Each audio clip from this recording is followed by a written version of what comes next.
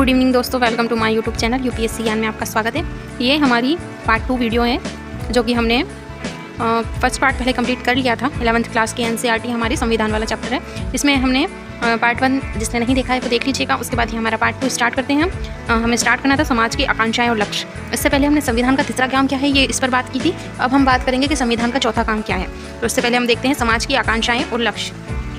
अधिकतर पुराने संविधानों द्वारा केवल निर्णय लेने की शक्ति का वितरण और सरकार की शक्ति पर प्रतिबंध लगाने का काम किया जाता था, लेकिन 20वीं शताब्दी के अनेक संविधान, जिसमें भारतीय संविधान एक अत्यंत सुदूर उदाहरण है, एक ऐसा सक्षम ढांचा भी प्रदान करता है जिससे सरकार कुछ सकारात्मक कार्य कर सके और समाज की आकांक्षाओं और उसके लक्ष्य को अभिव्यक्ति दे सके। भारतीय संविधान ने इस संबंध में कुछ नए प्रयोग किए। जिन समाजों में नाना प्रकार की असमानताओं की गहरी खाइयां हो, वहाँ केवल सरकार की शक्तियों पर प्रतिबंध लगाना ही पर्याप्त नहीं, वरन वहाँ सरकार को समर्थ और शक्तिशाली भी बनाना पड़ेगा, जिससे वह असमानता और गरीबी के विभिन्न रूपों पर निपट सके।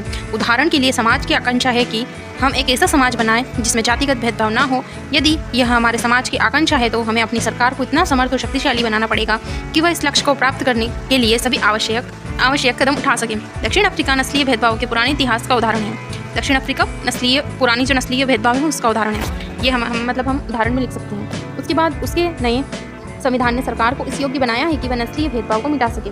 वास्तव में एक संविधान अपने समाज की आकांक्षाओं का पिटारा है। उदाहरण के लिए भारत में संविधान निर्माताओं की इच्छा थी कि समाज के प्रत्येक व्यक्ति को बुनियादी भौतिक जरूरतें और शिक्षा सहित वह सब कुछ मिलना चाहिए जिसके आधार पर वह गरिमा और सामाजिक आत्मसम्मान से भरा हुआ जीवन जी सके। भारतीय संविधान सरकार को वह सामर्थ्य प्रदान करता है जिससे वह कुछ सकारात्मक लोक कल्याणकारी कदम उठा सके जिन्हें कानून की मदद से लागू किया जा सके। जैसे जैसे हम भारतीय संविधान को पढ़ते हैं हमें पता चलता है कि एक सामर्थ्य प्रदान करने वाले प्रावधानों को हमारे संविधान की प्रस्तावना का समर्थन प्राप्त है और वे संविधान के मौलिक अधिकारों वाले भाग में पाए जाते हैं। अभी जो हमने पढ़ा इसकी डेफिनेशन है कि संविधान का चौथा काम क्या है। संविधान का चौथा काम यह है कि वह सरकार को ऐसी क्षमता प्रदान करें जिससे वह जनता की आकांक्षाओं को पूरा कर सके और एक न्यायपूर्ण समाज की स्थापना के लिए उचित परिस्थितियों का निर्माण कर सके। उसके बाद हम आगे बढ़ते हैं। संविधान के समर्थ बनाने वाले प्रावधान हमने कहाँ से लिए हैं और राज्य के नीति निर्देशक तत्व क्या हैं इसके बारे में हम देखते हैं। राज्य के नीति निर्देशक तत्व भी सरकार से लोगों को कुछ आकांक्षाएं पूरी करने की अपेक्षा करते हैं। संविधान में अच्छी बातें लिखने में क्या जाता है, लेकिन ऐसी ऊंची आकांक्षाओं और लक्ष्यों को लिखने का मतलब क्या है यदि वे लोगों के जीवन को बदल ना सकें। उसके बाद हम संविधान के समर्थ बनाने वाले प्रावधान। संविधान सरकार की शक्तियों को नियंत्रित करने वाले नियमों और कानूनों का ही नाम है। वह सरकार को ऐसी शक्ति भी देता है जिससे वह समाज की सामूहिक भलाई के लिए काम कर सके। दक्षिण अफ्रीका का संविधान सरकार को अनेक उत्तरदायित्व सौंपता है। वह सरकार को पर्यावरण संरक्षण को बढ़ावा देने और अन्यायपूर्ण भेदभाव से व्यक्तियों और समूहों को बचाने का प्रयास करने के लिए कदम उठाने का अधिकार देता है और यह प्रावधान भी करता है कि सरकार धीरे धीरे सभी के लिए पर्याप्त आवास और स्वास्थ्य सुविधाएं उपलब्ध कराएं। सेकेंड है, इंडोनेशिया में सरकार की जिम्मेदारी है कि वह राष्ट्रीय शिक्षा व्यवस्था बनाए और उसको संचालन करे। इंडोनेशिया का संविधान यह भी सुनिश्चित करता है कि सरकार गरीब और अनाथ बच्चों को देखभाल करेगी। राष्ट्र की बुनियादी पहचान। आखिरी और शायद सबसे महत्वपूर्ण बात यह है कि संविधान किसी समाज की बुनियादी पहचान होता है। इसका अर्थ यह है कि संविधान के माध्यम से ही किसी समाज की एक सामूहिक इकाई के रूप में पहचान होती है। इस सामूहिक पहचान को बनाने के लिए हमें इस संबंध में कुछ बुनियादी नियमों पर सहमत होना पड़ता है कि हम शासन कैसे होगा, शासितों में कौन कौन से लोग होंगे। संविधान बनने के पहले हमारी अन्य अनेक प्रकार की पहचान या अस्मिताएं होती हैं, लेकिन कुछ बुनियादी नियमों और सिद्धांतों पर सहमत होकर हम अपनी मूलभूत राजनीतिक पहचान बनाते हैं। दूसरा संवैधानिक नियम। हम ऐसा विशाल ढांचा प्रदान करते हैं जिसके अंतर्गत हम अपनी व्यक्तिगत आकांक्षाओं और लक्ष्य को स्वतंत्रता का प्रयोग करते हैं। संविधान आधिकारिक बंधन लगाकर यह तय कर देता है कि कोई क्या कर सकता है और क्या नहीं। संविधान हमें एक नैतिक पहचान भी प्रदान करता है। तीसरा और अंतिम। अब शायद यह संभव हो सका है कि अनेक बुनियादी राजनीतिक और नैतिक नियम विश्व के सभी प्रकार के संविधानों में स्वीकार किए गए हैं। अगर हम दुनिया भर के संविधानों को देखें तो हमें सरकारों के अलग अलग स्वरूप और विविध प्रकार की प्रक्रियाएं दिखाई देगी, लेकिन उनमें काफ़ी कुछ साझा भी है। अधिकतर संविधान कुछ मूलभूत अधिकारों की रक्षा करते हैं। ऐसी सरकारें संभव बनाते हैं जो किसी न किसी रूप से लोकतांत्रिक होती है, लेकिन राष्ट्रीय पहचान की अवधारणा अलग अलग संविधानों में अलग अलग ढंग से होती है। ज़्यादातर राष्ट्र विभिन्न जटिल ऐतिहासिक परंपराओं के सम्मेलन से बनते हैं। वे उस राष्ट्र में रहने वाले विभिन्न समूहों को कई तरीके से आपस में मिला लेते हैं। जैसे जर्मनी का निर्माण जर्मन नस्ल के आधार पर हुआ। संविधान ने इस पहचान को अभिव्यक्ति दी। दूसरी ओर भारतीय संविधान जातीयता या नस्ल को नागरिकता के आधार के रूप में मान्यता नहीं देता। विभिन्न राष्ट्रों में देश की केंद्रीय सरकार और विभिन्न क्षेत्रों के बीच के संबंधों को लेकर भिन्न भिन्न अवधारणाएं होती है। यह संबंध उस देश की राष्ट्रीय पहचान बनाता है। अगला टॉपिक है संविधान की सत्ता। हमें संविधान द्वारा किए जाने वाले कुछ कार्यों की रूपरेखा प्रस्तुत। इन कार्यों से स्पष्ट होता है कि क्यों अधिकतर समाजों में एक संविधान होता है। लेकिन संविधान के बारे में हम 3 प्रश्न कर सकते हैं। संविधान क्या है, संविधान कितना प्रभावी है, क्या संविधान न्यायपूर्ण है। अधिकतर देशों में संविधान एक लिखित दस्तावेज के रूप में होता है जिसमें राज्य के बारे में कई प्रावधान होते हैं। यह प्रावधान बताते हैं कि राज्य का गठन कैसे होगा और वह किन सिद्धांतों का पालन करेंगे। जब हम किसी देश के संविधान की बात करते हैं तो सामान्य रूप से हम उसी दस्तावेज का जिक्र करते हैं लेकिन कुछ देश जैसे इंग्लैंड के पास ऐसा कोई दस्तावेज नहीं है जिसे संविधान कहा जाए, बल्कि उनके पास दस्तावेज और निर्णयों की एक लंबी श्रृंखला है जिसे सामूहिक रूप से संविधान कहा जाता है। हम यह कह सकते हैं कि संविधान वह दस्तावेज या दस्तावेजों का पुंज है जो उस कार्य को करने का प्रयास करता है, उसके ऊपर उल्लेख है। लेकिन विश्व में अनेक संविधान केवल कागज पर ही होते हैं, वे केवल धोते शब्द होते हैं और कुछ नहीं। महत्वपूर्ण प्रश्न यह है कि संविधान कितना प्रभावी है, उसे कौन सी बात प्रभावी बनाती है, कौन सी ये सुनिश्चित करती है कि लोगों के जीवन पर वास्तव में उसका प्रभाव है। संविधान का प्रभावी होना अनेक कारणों पर निर्भर करता है। अगला टॉपिक है संविधान को प्रचलन में लाने का तरीका। इसका मतलब है कि कोई संविधान कैसे अस्तित्व में आया, किसने संविधान बनाया और उनके पास इसे बनाने की कितनी शक्ति थी। अनेक देशों ने संविधान इसलिए निष्प्रभावी होते हैं क्योंकि वे सैनिक शासकों या ऐसे अलोकप्रिय नेताओं के द्वारा बनाए जाते हैं जिनके पास लोगों के अपने साथ चलाने की क्षमता नहीं होती। विश्व के सर्वाधिक सफल संविधान भारत, दक्षिण अफ्रीका और अमेरिका के हैं। ये ऐसे संविधान के उदाहरण हैं जिन्हें हम सफल राष्ट्रीय आंदोलन के बाद बनाया गया है। यद्यपि भारतीय संविधान के औपचारिक रूप से एक संविधान सभा ने दिसंबर 1946 और नवंबर 1949 के मध्य बनाया, पर ऐसा करने से उन्हें राष्ट्रीय आंदोलन के लंबे इतिहास में काफ़ी प्रेरणा मिली। राष्ट्रीय आंदोलन में समाज के सभी वर्गों को एक साथ लेकर चलने की विलक्षणता क्षमता थी।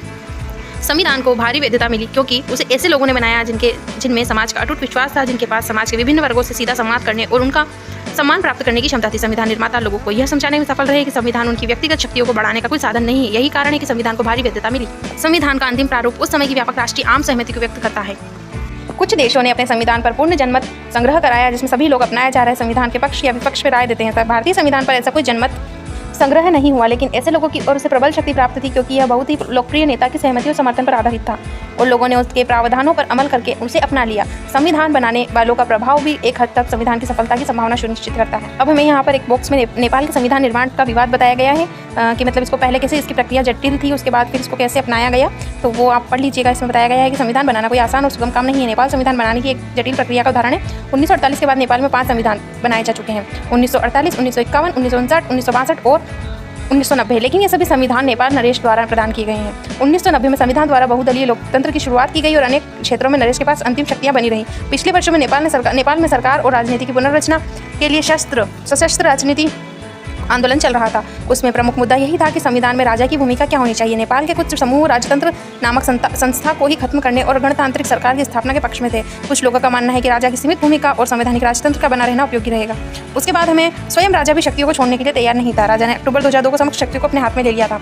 ये हमें नेपाल के संविधान के बारे में बताया गया है। फिर उसके बाद राजतंत्र को खत्म किया और लोकतांत्रिक गणराज्य बन गया नेपाल ने 2015 में नए संविधान को अपनाया था, ये बताया गया है। इसमें एक बार आप खुद से पढ़ लीजिएगा इसको। उसके बाद हम पढ़ते हैं संविधान के मौलिक प्रावधान क्या थे। तो एक सफल संविधान की यह विशेषता है कि प्रत्येक व्यक्ति को संविधान के प्रावधानों का आदर करने का कोई कारण अवश्य देता है। उदाहरण के लिए जिस संविधान के बहुसंख्यकों को समाज के अल्पसंख्यक समूहों से उत्पीड़न करने की अनुमति दी गई हो, वह अल्पसंख्यकों के पास कोई कारण नहीं होगा कि वे संविधान के प्रावधानों का आदर करें। कोई संविधान अन्य लोगों की तुलना में बहुत कुछ लोगों को ज़्यादा सुविधाएं देता है या सुनियोजित ढंग से समाज के छोटे छोटे समूहों को शक्ति को और मजबूत करता है, उसे जनता की निष्ठा मिलनी बंद हो जाएगी। यदि कोई समूह यह महसूस करे कि उसकी पहचान को दबाया जा रहा है तो उसके पास संविधान को मानने का कोई कारण नहीं होगा। कोई भी संविधान खुद से न्याय के आदर्श स्वरूप की स्थापना नहीं करता, लेकिन उसे लोगों को विश्वास दिलाना पड़ता है कि वो बुनियादी न्याय को प्राप्त करने के लिए ढांचा उपलब्ध कराता है। उसके बाद टॉपिक है कि संस्थाओं की संतुलित रूपरेखा बताई गई यहाँ पे। तो संविधान को जनता नहीं, प्रायः एक छोटा सा समूह ही नष्ट कर देता है क्योंकि वो अपनी शक्तियाँ बढ़ाना चाहता है। ढंग से बनाए संविधान में शक्तियों को इस प्रकार बांट दिया जाता है कि जिससे एक समूह संविधान को नष्ट न कर सके। संविधान की रूपरेखा बनाने में एक कारगर विधि यह सुनिश्चित करना है कि किसी एक संस्था में सारी शक्तियों का एकाधिकार न हो।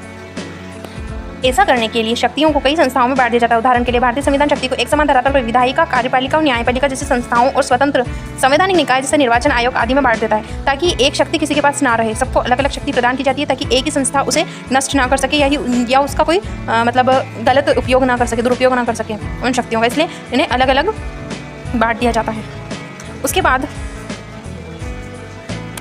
अवरोध व संतुलन के कुशल प्रयोग में भारतीय संविधान की सफलता सुनिश्चित की है, जिनको अलग अलग बांटकर। संस्थाओं की रूपरेखा बनाने में इस बात का भी ध्यान रखा जाता है कि उसमें बाध्यकारी मूल्य, नियम और प्रक्रियाओं के साथ अपनी कार्यप्रणाली में लचीलापन का संतुलन होना चाहिए, जिसमें वो बदलती आवश्यकताओं परिस्थितियों के अनुकूल अपने आप को ढल सके।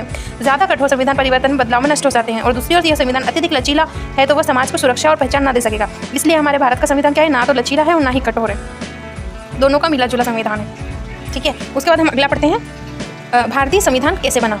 तो आइए देखें कि भारतीय संविधान कैसे बना। औपचारिक रूप से एक संविधान सभा ने संविधान को बनाया जिसे अविभाजित भारत में निर्वाचित किया गया था। इसकी पहली बैठक 9 दिसंबर 1946 को, फिर 14 अगस्त 1947 को विभाजित भारत के संविधान सभा के रूप में इसकी पुनः बैठक हुई। संविधान सभा के सदस्य 1935 में स्थापित प्रांतीय विधानसभाओं के सदस्यों द्वारा अप्रत्यक्ष विधि से चुने गए। संविधान सभा की रचना लगभग उसी योजना के अनुसार हुई जिसे ब्रिटिश मंत्रिमंडल में एक समिति कैबिनेट मिशन ने प्रस्तावित किया था। इस योजना के अनुसार प्रत्येक प्रांत, देशी रियासत और रियासतों का समूहों को उनकी जनसंख्या के अनुपात में सीटें दी गई। मोटे तौर पर 10 लाख की जनसंख्या पर एक सीट का अनुपात रखा गया। परिणाम स्वरूप ब्रिटिश सरकार ने प्रत्यक्ष शासन वाले प्रांतों को 292 सदस्य 292 सदस्य चुने थे और देशी रियासतों का न्यूनतम 93 सीटें आवंटित की गई थी। यही हमें लक्ष्मीकांत में भी बुक, जो पॉलिटी की लक्ष्मीकांत वाली बुक है, उसमें भी बताया गया है। प्रत्येक प्रांत की सीटों को 3 प्रमुख समुदाय मुसलमान, सिख और सामान्य में उनकी जनसंख्या के अनुपात में बांट दिया गया। प्रांतीय विधानसभाओं के प्रत्येक सामुदायिक सदस्यों ने अपने प्रतिनिधियों को चुना और इसके लिए उन्होंने समानुपातिक प्रतिनिधित्व एवं एकल संक्रमण मत पद्धति का प्रयोग किया। देशी रियासतों के प्रतिनिधि को चुनना का तरीका उनके परामर्श से तय किया गया। अध्याय के पिछले भाग में उन 3 कारकों पर प्रकाश डाला गया जो संविधान को प्रभावी और सम्मान के योग्य बनाते हैं। भारतीय संविधान इस परीक्षा किस हद तक कामयाब होता है, ये देखते हैं। अब इस वाले डायग्राम में हमें बताया गया है कि विभिन्न देशों के संविधान से क्या क्या हमें प्रावधान लिए गए हैं। जैसे आयरलैंड के संविधान से हमें राज्य की नीति निर्देशक तत्व लिए हैं। फ्रांस के संविधान से स्वतंत्रता, समानता और बंधुत्व का सिद्धांत लिया है। ब्रिटिश संविधान से सर्वाधिक मत के आधार पर चुनाव में जीत का फैसला, सरकार में संसदीय स्वरूप, कानून के शासन पर विचार, विधायिका में अध्यक्ष का पद और उनकी भूमिका, कानून निर्माण की विधि। उसके बाद अमेरिका के संविधान से हमने मौलिक अधिकारों की सूची, न्यायिक पुनरावलोकन की शक्ति और न्यायपालिका की स्वतंत्रता। कनाडा के संविधान से हमने एक अर्ध संघात्मक सरकार का स्वरूप, जिससे सशक्त केंद्रीय सरकार वाली संघात्मक व्यवस्था और अवशिष्ट शक्तियों का सिद्धांत लिया है। अब हमें नेक्स्ट टॉपिक में इसमें बताया गया है कि संविधान सभा का स्वरूप कैसा था। तो 3 जून 1947 को इस योजना के अनुसार विभाजन के बाद वे सभी प्रतिनिधि विधानसभा के सदस्य नहीं रहे जो पाकिस्तान के क्षेत्रों से चुनकर आए थे। विधानसभा में वास्तविक सदस्यों की संख्या घटकर 299 रह गई। इसमें से 26 नवंबर 1949 को कुल 284 सदस्य उपस्थित थे, जिनमें इन्होंने ही अंतिम रूप से पारित संविधान पर अपने हस्ताक्षर किए। इस प्रकार उस उप महाद्वीप के विभाजन में उपजीवी शिक्षा और हिंसा के बीच संविधान निर्माण का काम हुआ। लेकिन संविधान निर्माताओं के धैर्य की प्रशंसा करनी पड़ेगी। उन्होंने न केवल अत्यधिक दबाव में एक संविधान बनाया, बल्कि विभाजन के कारण हुई अकल्पनीय हिंसा से सही सबक भी लिया। भारत के संविधान में नागरिकता की एक नई अवधारणा प्रस्तुत की। इसके अंतर्गत अल्पसंख्यक न केवल सुरक्षित होंगे, बल्कि धार्मिक पहचान का नागरिक अधिकारों पर भी कोई प्रभाव नहीं पड़ेगा। लेकिन संविधान सभा के गठन का यह विवरण केवल सतही तौर पर ही हमें बताता है कि संविधान वास्तव में बना कैसे। यद्यपि हमारी संविधान सभा के सदस्य सार्वभौमिक व्यस्क मताधिकार के आधार पर नहीं चुने गए थे, तो उसे ज़्यादा से ज़्यादा प्रतिनिधि परक बनाने का गंभीर प्रयास नहीं किया। सभी धर्मों के सदस्यों को ऊपर बताई गई विधि से प्रतिनिधित्व दिया गया। इसके अतिरिक्त संविधान सभा में अनुसूचित जातियों को 28 सदस्य थे। जहाँ तक राजनीतिक दलों का सवाल है, विभाजन के बाद संविधान सभा में कांग्रेस का वर्चस्व था और उसे 82% सीटें प्राप्त थी। लेकिन कांग्रेस स्वयं विविधताओं से भरी हुई एक ऐसी पार्टी थी जिसमें लगभग सभी विचारधाराओं की नुमाइंदगी थी। उसके बाद हमें ये बताया गया है कि संविधान सभा में कामकाज की शैली कैसे चली। संविधान सभा की सत्ता केवल इस बात पर नहीं टिकी थी कि वो मोटे तौर पर सबका प्रतिनिधित्व कर रही है। संविधान बनाने के लिए अपनाई गई प्रक्रिया और सदस्यों के विचार विमर्श की जड़ में छुपे मूल्यों को ही संविधान सभा की लोकप्रिय सत्ता का आधार था। जहाँ प्रतिनिधित्व का दावा करने वाली किसी सभा के लिए वांछनीय है कि उसमें समाज के विभिन्न वर्ग सहभागी हो, वहीं यह महत्वपूर्ण है कि केवल अपनी पहचान या समुदाय का प्रतिनिधित्व न करें। संविधान सभा के सदस्यों ने पूरे देश के हित में ध्यान रखकर विचार विमर्श किया। सदस्यों को प्रायः मतभेद हो जाते हैं, लेकिन सदस्यों द्वारा अपने हितों को आधार बनाकर शायद कोई मतभेद नहीं हुआ। इसको देख लीजिएगा। फिर उसके बाद हम पढ़ते हैं कि संविधान बनाने की कार्यविधि क्या थी। संविधान सभा की सामान्यतः कार्यविधि में भी सार्वजनिक विवेक का महत्व स्पष्ट दिखाई देता है। विभिन्न मुद्दों के लिए संविधान सभा की 8 मुख्य कमेटियां थी। आमतौर पर जवाहरलाल नेहरू, राजेंद्र प्रसाद, सरदार पटेल या BR अम्बेडकर इन कमेटियों की अध्यक्षता करते थे। ये ऐसे लोग थे जिनके विचार हर बात पर एक दूसरे के समान नहीं थे। अम्बेडकर तो कांग्रेस के गांधी के कड़े आलोचक थे और उन पर अनुसूचित जातियों और उत्थान के लिए पर्याप्त काम न करने का आरोप लगाते थे। पटेल, नेहरू बहुत से मुद्दों पर एक दूसरे से सहमत थे, फिर भी सबने एक साथ मिलकर एक काम किया। प्रत्येक कमेटी ने आमतौर पर संविधान के कुछ प्रावधानों का प्रारूप तैयार किया और जिनके बाद में फिर संविधान सभा में चर्चा की गई। ऐसे ही बैठकें 166 दिन तक चली। इसके सत्र अखबारों और आम लोगों के लिए खुले हुए थे। उसके बाद हम पढ़ते हैं कि राष्ट्रीय आंदोलन की विरासत कैसे चली। राष्ट्रीय आंदोलन की विरासत। लेकिन कोई भी संविधान केवल अपनी संविधान सभा के बूते नहीं बनता।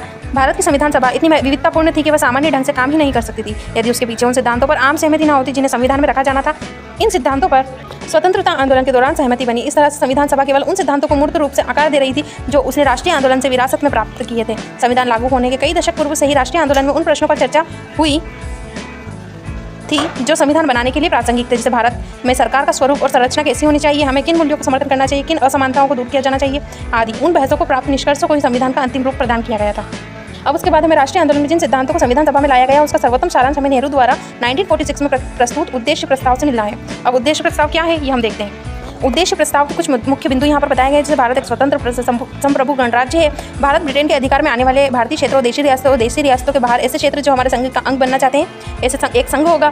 संघ की इकाइयाँ स्वायत्त होगी और सभी शक्तियों का प्रयोग कार्यों का संपादन करेगी। संघीय सरकार को नहीं दी गई। संप्रभु और स्वतंत्र भारत तथा इसके संविधान की समस्त शक्तियों और सत्ता का स्रोत जनता है। ये सारे हमें इसमें मुख्य बिंदु बताए गए हैं। और भी अल्पसंख्यकों, पिछड़े व जनजातीय क्षेत्र, दलित व अन्य पिछड़े वर्गों को समुचित सुरक्षा दी जाएगी। गणराज्य की क्षेत्रीय अखंडता और थल, जल और आकाश में इसके संप्रभु अधिकारों की रक्षा सभ्य राष्ट्रों के कानून और न्याय के अनुसार की जाएगी। इसमें कुछ पॉइंट्स बताए गए हैं, इसको आप पढ़ लीजिएगा। और इसी के साथ और एक पैराग्राफ है, ये मतलब कि क्या संविधान उदार का था। ऐसा कहा जाता है कि क्या ये संविधान उदार का था। हम ऐसा संविधान क्यों नहीं बना सके जिसमें कहीं से कुछ उधार न लिया गया हो। तो ऐसा आप सोचिएगा, इसका आंसर तो क्वेश्चन का आंसर देने की कोशिश करिएगा। और ये वीडियो हमारा यहाँ पर कंप्लीट होता है। मिलते हैं नेक्स्ट चैप्टर में, तब तक के लिए बाय। अगर वीडियो अच्छा लगा तो लाइक करें, सब्सक्राइब करें, अपने दोस्तों को शेयर करें और हम नेक्स्ट चैप्टर 2 में मिलते हैं। तब तक के लिए बाय।